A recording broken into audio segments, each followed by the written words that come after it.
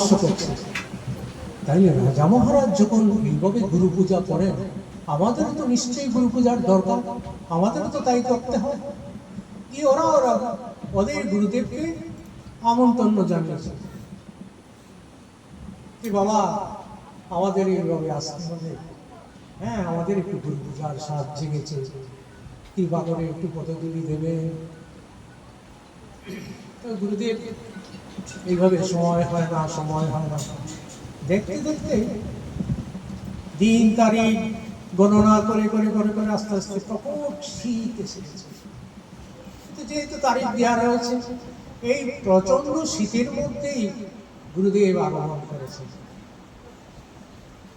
আগমন করাতে ওদের তো আর রাজ সিংহাসন নেই, ওদের যেরকম হ্যাঁ চার কোট চেয়ার কেদারা দান করেছেন গুরুদেবকে বসার জন্য, ঘরে যেরকম নতুন বস্ত্র ছিল আবৃত করে দিয়েছেন, গুরু মহারাজকে বসিয়েছেন।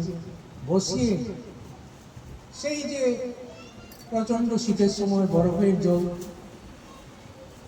গরমে দেখেছেন না গুরু মহারাজের সেবা হচ্ছে রাজবাড়িতে, ওনারা সেরকম সেই শীতল জল দিয়ে ঠান্ডা জল দিয়ে শীতের মধ্যে গুরু মহারাজকে স্নান করাচ্ছেন। গুরু মহারাজ স্নানে আড়ষ্ট হয়ে যাচ্ছেন।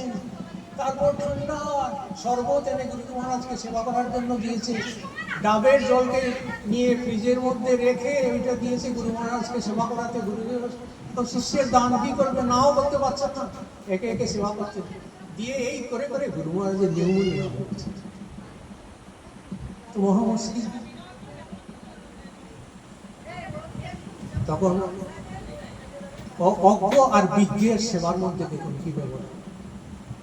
রাজা মহারাজ বিরাট শাস্ত্রজ্ঞ পণ্ডিত, গুরু মহারাজের সেবাটা সেইভাবে করে। ওরা করেছে অনুকরণ, ওরা তো সেবার মর্ম জানে না, ওরা রাজার মতো অনুকরণ করেছে। দেখুন করাতে এটা বিপরীত কাজ হয়ে গেল। গুরু মহারাজের নিউমোনিয়া হয়তো বিশাল ব্যাপার। তারপর তো গুরুদেবকে এইসব বাদ দিয়ে তখন শুশ্রূষা করা হলো, বৈদ্য আনা হলো, গুরু পূজা থেকে ওইটা হয়ে গেল মুখ্য, আর এই গুরু পূজাটা হয়ে গেল গৌণ। এর জন্য শাস্ত্রে বলা হয়েছে মুখ্য উপচার থাকতে গৌণ উপচার দিয়ে কখনো সেবা করতে নেই। সময়োচিত সেবা, সময়োচিত সেবা করতে হবে। যখন যে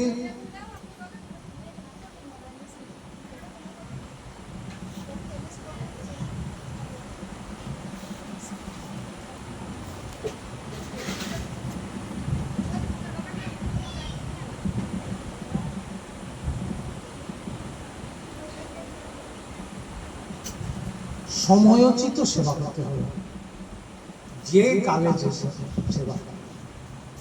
এখন আম ফল আদি পাওয়া যায়, এখন শীতের ফল গুরুদেবকে দেওয়া যাবে না, গ্রীষ্মের ফল শীতে দেওয়া যাবে না, শীতের ফল গ্রীষ্মে দেওয়া যাবে না।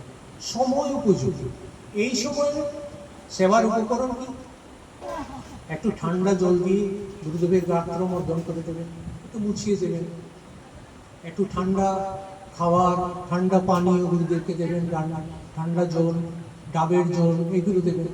এই সময় যদি এখন গরম জল এনে গুরুদেবকে গরম জল দিয়ে গুরুদেবকে স্নান করেন, ওটা সময়োচিত সেবা হল, এটা অপরাধ হয়ে গেল তো।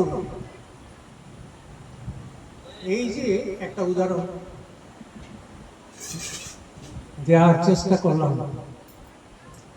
এটা বোঝানোর জন্য যে সেবা অন্তর থেকে হবে, অন্তর